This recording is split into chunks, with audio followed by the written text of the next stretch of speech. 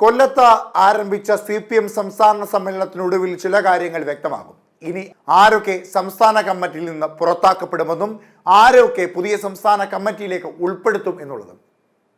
നിലവിലത്തെ രാഷ്ട്രീയ സാഹചര്യത്തിൽ CPMനുള്ളിലും അഴിച്ചുപണിക്ക് സാധ്യത ഏറെയാണ്. പലരെയും മാറ്റേണ്ടതായിട്ടുണ്ട്. അതിൽ പിണറായി വിജയൻ ഇളവ് നൽകുമെന്ന വാർത്ത ശക്തമായി വരുന്നുണ്ട്. പിണറായി വിജയൻ ആ ഇളവുകൾ നൽകുമോ? പുതിയ സംസ്ഥാന സെക്രട്ടറി വരുമോ? ഇനി അതല്ല, വരാൻ പോകുന്ന 2026 നിയമസഭാ തെരഞ്ഞെടുപ്പിൽ നേതൃത്വം നൽകുവാൻ പോകുന്ന ക്യാപ്റ്റൻ പദവിയിൽ ഇരിക്കുവാൻ പോകുന്നത് പിണറായി വിജയൻ തന്നെയാണോ, അതല്ലെങ്കിൽ മറ്റാർക്കെങ്കിലും സാധ്യതയുണ്ടോ എന്നതടക്കമുള്ള പല കാര്യങ്ങൾക്കും വ്യക്തത വരേണ്ടതായിട്ടുണ്ട്. എന്തായാലും ഒരു കാര്യം വ്യക്തമാണ്, ഈ സംസ്ഥാന സമ്മേളനം കഴിയുമ്പോൾ പല പ്രമുഖ നേതാക്കന്മാരും പാർട്ടിയിൽ സംസ്ഥാന നേതൃത്വത്തിൽ നിന്ന് പുറത്താക്കപ്പെടും. മറ്റ് പുതുമുഖങ്ങളെയും പല ആളുകളെയും സംസ്ഥാന കമ്മിറ്റിയിലേക്ക് ഉൾപ്പെടുത്തും. ഇപ്പോൾ പ്രധാനമായും 15 പേരെ പുറത്താക്കുമെന്നുള്ള വാർത്തയാണ് സജീവമായി പുറത്തു വരുന്നത്. എന്തായാലും അതിന് പല കാരണങ്ങളാണ് അവർ മുൻപോട്ട് വെക്കുന്നത്. ആ കാരണങ്ങൾ രാഷ്ട്രീയപരമായ കാരണങ്ങളുണ്ട്, കൂടാതെ മറ്റ് പ്രധാനപ്പെട്ട കാരണങ്ങളുമുണ്ട്. കൂട്ടായ നേതൃത്വത്തെ മുന്നിൽ നിർത്തിയാകും തെരഞ്ഞെടുപ്പ് പോരാട്ടം എന്ന സംസ്ഥാന സെക്രട്ടറി MV ഗോവിന്ദന്റെ വാക്കുകളുടെ അർത്ഥവും സമ്മേളനത്തിൽ ഇന്ന് തെളിയും.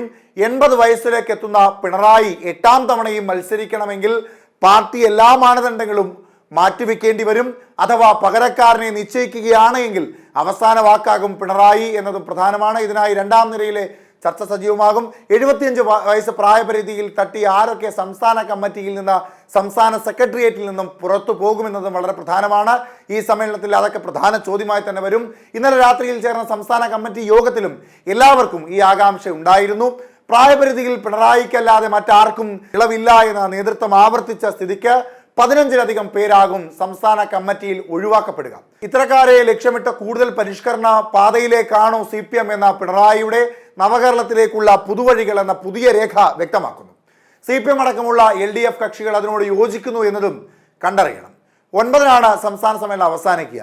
കോൺഗ്രസിനോടുള്ള രാഷ്ട്രീയ ബന്ധം സംസ്ഥാന സമ്മേളനം നിരാകരിക്കണമെന്ന ആഹ്വാനം തന്നെയാണ് സമ്മേളനത്തിന് തൊട്ട് തലേന്ന് എഴുതിയ രാഷ്ട്രീയ ലേഖനത്തിലൂടെ പിണറായി ലക്ഷ്യമിടുന്നത്. 75 വയസ്സ് എന്ന പ്രായപരിധിയായിരുന്നു CPMന്റെ നേതൃനിരയിൽ നിന്ന് നേതാക്കന്മാരെ മാറ്റുന്നതിൽ പ്രധാനമായി ചൂണ്ടിക്കാട്ടിയത്. എന്നാൽ പിണറായി വിജയന് മാത്രം ഒരു ഇളവ് നൽകുന്നുണ്ട്. ഇന്ത്യയിൽ അവശേഷിക്കുന്ന ഏക മുഖ്യമന്ത്രി എന്ന ഇളവും കൂടാതെ ഇടതുപക്ഷത്തിലെ ഏറ്റവും പ്രധാനപ്പെട്ട നേതാവ് എന്ന തരത്തിലേക്കുമുള്ള ഇളവാണ് അദ്ദേഹത്തിന് നൽകുന്നത്. 8 തവണ അടുപ്പിച്ച് മത്സരിച്ചിട്ടുള്ള പിണറായി വിജയനെ ഇക്കുറി മത്സരിപ്പിക്കുമോ എന്ന ചോദ്യത്തിനും പ്രസക്തി ഏറെയുണ്ട്.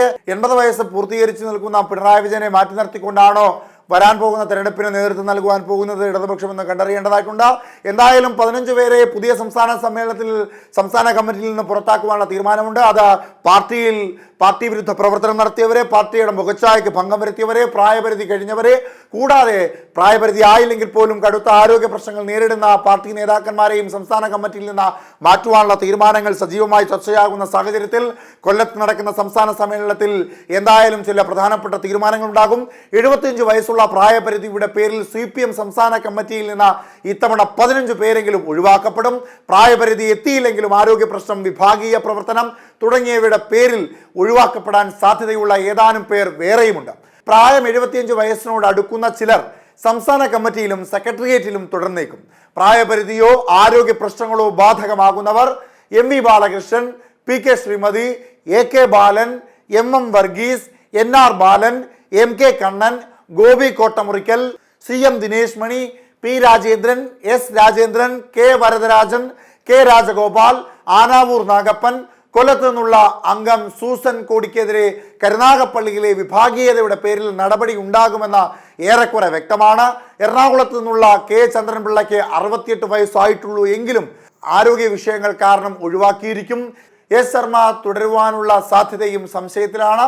സംസ്ഥാന സെക്രട്ടേറിയറ്റിന്റെ രൂപീകരണം സമ്മേളനത്തിൽ വേണോ എന്ന കാര്യത്തിൽ തീരുമാനമായിട്ടില്ല. പാർട്ടി കോൺഗ്രസിന് ശേഷമാകാനാണ് കൂടുതൽ സാധ്യത. എന്തായാലും ചർച്ചകളൊക്കെ സജീവമായി ഇടതുപക്ഷത്തെ കാര്യമായ രീതിയിൽ തന്നെ നടക്കുന്നുണ്ട്. 2026 നിയമസഭാ തെരഞ്ഞെടുപ്പിന് മുന്നോടിയായി നടക്കുന്ന സംസ്ഥാന സമ്മേളനത്തിന് പ്രാധാന്യം ഏറെയാണ്. ഈ നിയമസഭാ തെരഞ്ഞെടുപ്പും തദ്ദേശ സ്വയംഭരണ തെരഞ്ഞെടുപ്പിലും ഒക്കെ നേതൃത്വം നൽകുവാൻ പോകുന്ന രാഷ്ട്രീയ നേതാവ് ആരെ എന്ന ഉറ്റുനോക്കുകയാണ് രാഷ്ട്രീയ കേരളം. പിണറായി വിജയൻ തന്നെ 3ാം തവണയും മത്സരത്തിന് നേതൃത്വം നൽകുമോ എന്നടക്കമുള്ള വിഷയങ്ങൾക്ക് പ്രാധാന്യമേറെയാണ്. എന്തായാലും നിലവിലത്തെ രാഷ്ട്രീയ സാഹചര്യങ്ങൾ പരിശോധിക്കുമ്പോൾ ഇടതുപക്ഷത്തിന് ഒരു മാറ്റം അനിവാര്യമാണ് എന്ന ചർച്ച സജീവമായി പ്രാദേശിക തലത്തിലും ജില്ലാ കമ്മിറ്റിക്കും മുൻപോട്ട് വെച്ചിരുന്നു. അതിൽ മുഖ്യമന്ത്രി പിണറായി വിജയന്റെ പ്രവർത്തനത്തിലടക്കമുള്ള വിമർശനങ്ങൾ ഉയർന്നിരുന്നു. എന്നാൽ ഇതെല്ലാം ചർച്ചയ്ക്ക് എടുക്കുമോ എന്നടക്കമുള്ള കാര്യങ്ങൾ അറിയേണ്ടതായിട്ടുണ്ട്.